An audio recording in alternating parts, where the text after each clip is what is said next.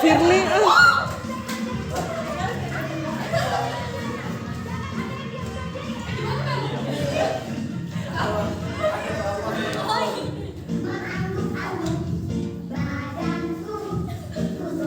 lucu.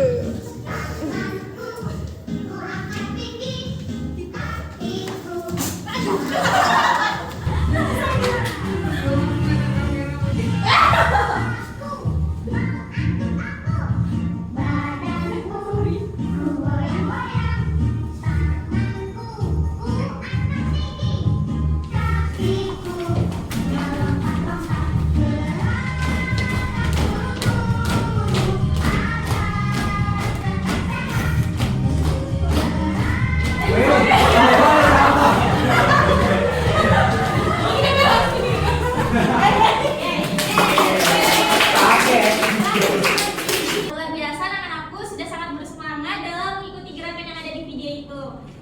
Dari gerakan tadi, bagian tubuh apa yang kalian gerakan? Tangan, kaki, kepala. Kira-kira apa ada pertanyaan yang terlintas di pikiran kalian? Ibu, kenapa kalau tangannya berputar, kakinya berputar? Bagus sekali ya pengamatan Bunda. Kenapa bisa gitu ya? Nanti kita akan cari tahu bareng-bareng. Ada lagi yang mau tanya? Ibu, tadi kenapa pas lompat naik kaki sama gerakan tangan itu arah gerakannya itu beda, Bu? Apa sendinya itu berbeda? Nah, bagus juga itu pengamatannya. Iya, itu karena sendinya beda dan arah geraknya juga beda. Kita akan mempelajari lebih lanjut dalam kegiatan pembelajaran ini. Sebelumnya Ibu akan jelaskan sedikit ya. Perlu kita ketahui, sendi ini adalah tempat bertemunya dua tulang sehingga tulang dapat digerakkan. Nah, berdasarkan geraknya, sendi itu terbagi menjadi sendi sinartrosis, amfiartrosis, dan diartrosis. Sinartrosis ini sendi mati atau sendi yang tidak dapat menimbulkan gerakan. Dia ini letaknya ada di tengkorak kepala. Terus ada sendi amfiartrosis. Amfiartrosis ini sendi kaku yang dia itu hanya bisa menghasilkan gerakan yang terbatas. Dia itu terletak pada ruas tulang belakang. Dan yang ketiga ada sendi diartrosis atau sendi gerak yang dia memiliki cairan sinovial sehingga dapat digerakkan dan ini dapat bergerak bebas. Contohnya akan kita bahas lebih mendalam, yaitu terbagi menjadi sendi aksel, sendi peluru, sendi putar, dan sendi pelana dan sendi geser. Nah, selanjutnya untuk mengetahui fungsinya, arah geraknya, kalian akan temukan dalam kerjasama mengerjakan LKPD. Ada berapa siswa dalam satu kelas ini? 15 ya, berarti bagi menjadi 5 kelompok. Satu kelompok berisikan 3 orang.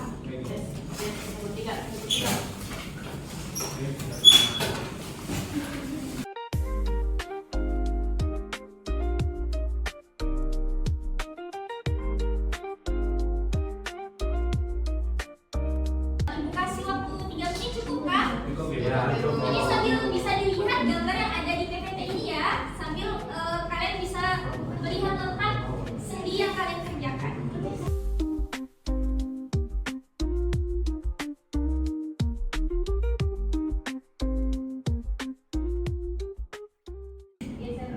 Apakah ada yang sudah selesai? Sudah semua ya? Sudah. Siapa yang mau maju duluan untuk mempresentasikan hasilnya? Pak. Jadi kita dari kelompok 4 ini dapat bagian tubuh jari tangan atau pangkal ibu jari. Arah geraknya itu 2 arah. Fungsi sendinya itu untuk menggenggam. Ada pertanyaannya mengapa ibu jari bisa digerakkan ke banyak arah? Itu karena memiliki sendi pelana. Jadi pada ibu jari itu dia itu berfungsi untuk memberikan kemampuan gerakan fleksibel sehingga memungkinkan manusia menggenggam dan mencangkang benda yang kuat. Tanpa jenis sendi ini, aktivitas sehari-hari menjadi sulit dilakukan. Seperti itu. Ya, benar jawabannya. Tadi simpelnya ya? Ya. Ya. Dia ada pangkal ibu jari dan arah geraknya 2 arah dan aktivitasnya menggenggam. Jadi kami dari kelompok 5 dengan kartu aktivitas 5 yaitu sendi geser. Aktivitasnya letakkan kedua tangan, telapak tangan saling menempel, geser perlahan ke depan ke belakang atau ke samping tanpa mengangkat tangan. Rasakan bagaimana permukaan tangan saling bergeser. Berdasarkan hasil pengamatan berikut, bagian tubuh itu yaitu pergelangan tangan, arah gerak yang menggeser terbatas. Fungsi sendi itu menulis, mengetik, dan juga mengangkat barang. Kesimpulannya, sendi geser bekerja dengan pergerakan tulang yang saling menggeser satu sama lain sehingga menghasilkan gerakan halus dan fleksibel. Jenis sendi ini sangat membantu aktivitas tangan seperti menulis, mengetik, dan mengambil benda. Kasih tepuk tangan. Baik, di sini kami dari kelompok 2 mendapatkan dari sendi bahu. Langkah aktivitas kami yang kami mengayunkan tangan ke depan, ke belakang, ke depan dulu, ke belakang dan ke samping. Putar lengan seperti membuat lingkaran dan rasakan bagian tulang yang menjadi pusat pergerakan. Jadi pertanyaan diskusi yang kami dapatkan, mengapa sendi bahu bisa digerakkan ke segala arah? Apa kelebihan sendi peluru dibandingkan sendi engsel? Hasil pengamatan kami, bagian tubuh ada di bahu, arah geraknya memutar ke segala arah, fungsi sendinya untuk mengayunkan tangan. Kesimpulannya, sendi peluru memungkinkan gerakan bebas ke segala arah karena bentuknya yang menyerupai bola dalam rongga. Dan di sendi ini sangat penting untuk aktivitas yang membutuhkan mobilitas tinggi, seperti mengangkat, melempar, berenang, ataupun memutar lengan. Terima kasih. Kami dari kelompok 1 dengan aktivitas yaitu sendi engsel.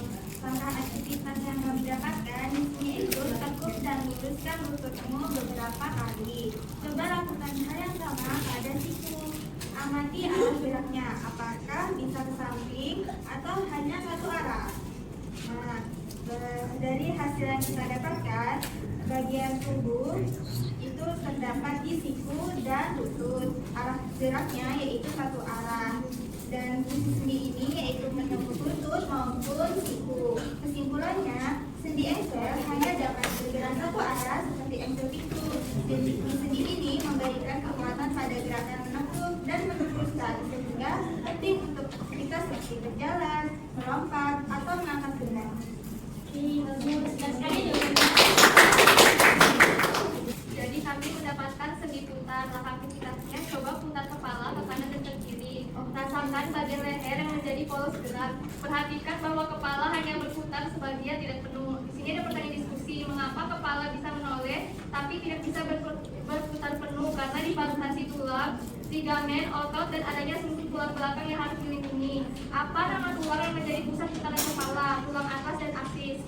Hasil pengamatannya, bagian tubuh itu ada leher, arah gerak yang berputar, fungsi sendinya untuk menoleh. Kesimpulannya, sendi putar memungkinkan kepala menoleh ke kanan dan ke kiri melalui pergerakan antara tulang atas dan aksis. Gerakan yang terbatas bertujuan melindungi saraf tulang belakang agar tidak cedera.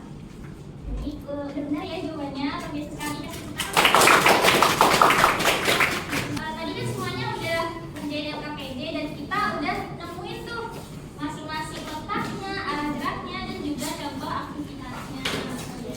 Sudah sesuai kan sama tabel di depan ini? Sudah. Nah, tadi kan ada pertanyaan di awal ya. Kenapa lutut itu hanya bisa ditekuk ke satu arah, sedangkan bahu bisa ke segala arah? Nah, itu karena bentuk sendinya. Kalau pada lutut, itu bentuk sendinya seperti engsel pintu. Tahu kan engsel pintu? Tahu. Dia cuma bisa bergerak satu arah. Kalau dia bisa ke samping, itu malah jadinya lutut atau siku kita berarti cedera. Kalau dia nggak bergerak pada seharusnya. Terus kenapa juga bahu itu bisa berputar ke segala arah? Karena dia bentuk sendinya itu seperti bola di dalam mangkuk, sehingga dia itu bisa berputar ke segala arah, bisa ke atas, ke bawah, ke depan, ke samping, bahkan dia bisa berputar kan? Ya. Aku mau kalian mengisi link Google Form untuk sebagai evaluasi pembelajaran kita hari ini, sejauh mana kalian sudah paham. Oke? Baik, Ibu. Akan Ibu masukkan sebagai nilai harian ya. Baik, cuma ada 5 soal kok, bentar aja nanti. Baik, Ibu. Gimana, udah selesai? Sudah. Nah, setelah melakukan semua kegiatan pembelajaran tadi, Ibu mau nanya nih sama kalian, bagian sendi mana yang kira-kira paling sering kita gunakan? Sendi jari.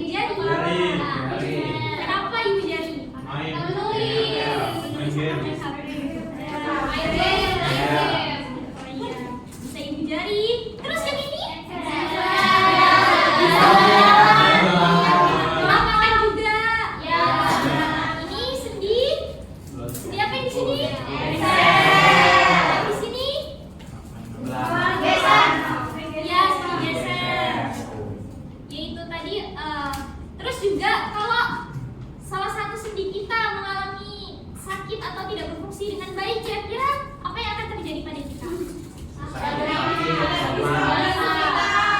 Ya, kalau ada yang sendi kita tidak berfungsi dengan baik itu, kita bisa mengalami sakit atau tidak bisa melakukan aktivitas sehari-hari seperti biasanya.